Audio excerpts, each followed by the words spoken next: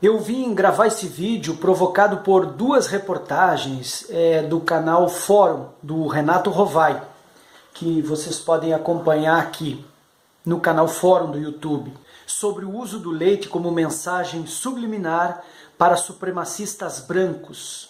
E sobre isso eu tenho algumas considerações. Prestem atenção nessas duas imagens. A primeira delas é de uma live do atual presidente da República na noite de 29 de maio, quinta-feira. A segunda é do chefe do gabinete do ódio, o tal Alan Santos, no seu canal do YouTube, onde ele diz, até mesmo o nome da live é Entendedores Entenderão. O Renato Rovai chamou atenção nas reportagens da Fórum que na ideia de que entendedores entenderão está implicada uma mensagem implícita, direcionada para o gado bolsonarista. A pergunta é, o que eles querem dizer com isso? Entendedores entenderão. Ora, isso se trata nitidamente de uma mensagem subliminar, cifrada, hipossônica. Eu fui criador de Rottweiler por aproximadamente 20 anos. Tirei mais de 50 ninhadas, todas elas registradas na CBKC, a Confederação Brasileira de Sinofilia, filiada à FCI, que congrega a sinofilia do mundo todo. Tive vários cães em pista em exposições profissionais de cães. Alguns chegaram a campeonatos nacionais, grandes campeões nacionais, ganhadores de Best in Shows nacionais e internacionais, em exposições gerais e especializadas. Por força da criação, me tornei handler. Handler é a pessoa que apresenta os cães nessas exposições. É o profissional habilitado para esse trabalho.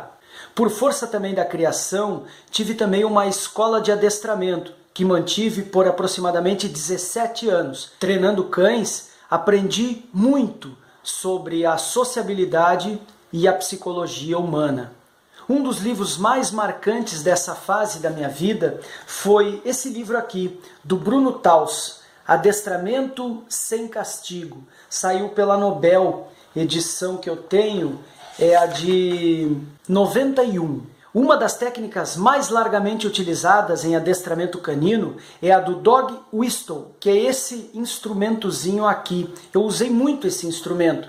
É um chamado assim apito para cachorro. Ele emite sons em uma frequência sonora que somente os cães ou o cão treinado é capaz de identificar. Por exemplo, você faz nessa frequência e ela vai sugerir ao cão um certo comando, ou você faz em outra frequência, por exemplo assim. Cada uma é uma frequência diferente. Ela poderá dar um comando diferente para o cachorro. Ao comando sonoro, obedece. Todo o resto não é capaz de identificar a mensagem. É aí que eu volto ao ponto da frase do tal Alan dos Santos: entendedores entenderão. Várias populações humanas remotas na história fizeram uso de diferentes sinais sonoros que só os integrantes do grupo eram capazes de identificar. Por exemplo, o sinal... Ou, por exemplo, o sinal... Esses são sinais de muitos grupos humanos que usavam, por exemplo, para a caça, para identificação nos combates. Só os do mesmo grupo eram capazes de identificar essa frequência e esse sinal sonoro.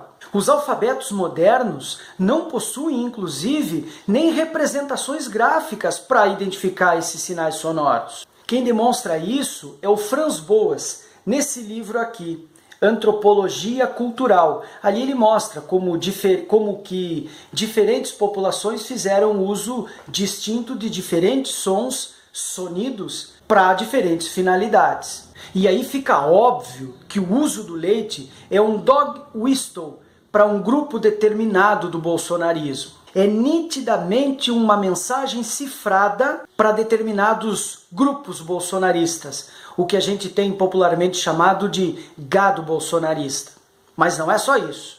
Assim, eles ativam os seus cães raivosos, a sua matilha fascista. E não se pode deixar de lembrar que é no mínimo curioso a simbologia do leite. Pela sua coloração, invoca a branquitude como um ideal de existência. Em sua maioria, o leite utilizado, pelo menos no Ocidente, é majoritariamente do gado bovino, o Bos taurus. No livro Desvendando o Enigma do Centauro, o autor, o Bjarke Rink, mostra como que diferentes grupos humanos domesticaram o gado bovino e o uso do leite em sua trajetória de existência.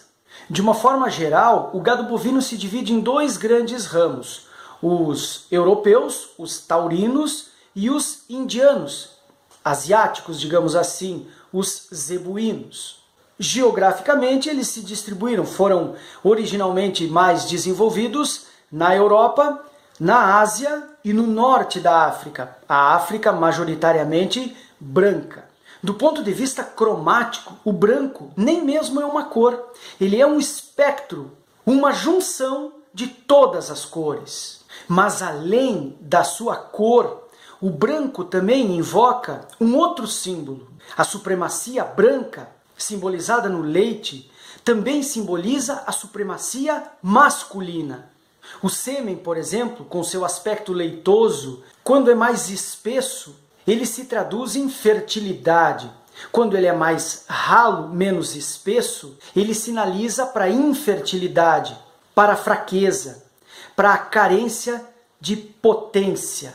E isso é extremamente subliminar. Por uma simples razão, porque vai remeter também à ideia de força, à ideia de virilidade, a ideia de masculinidade. Portanto, forma-se o trítico, a tríade, que é branquitude, masculinidade e força, virilidade. Se tempos atrás era simbólico tisnar nossas mãos de preto, simbolizando do ponto de vista de sociedade, de nacionalidade, nossa emancipação, nossa autonomia, porque se tratava do setor energético, da matriz energética brasileira em relação ao mundo, hoje essa quadrilha de gangster milicianos que governam o país se lambuzam nesse caldo leitoso e supremacista. Portanto, muito cuidado. Eles estão disparando seus dog whistles, seus apitos para cachorro, e disparando sua matilha raivosa. Ou agimos ou seremos devorados.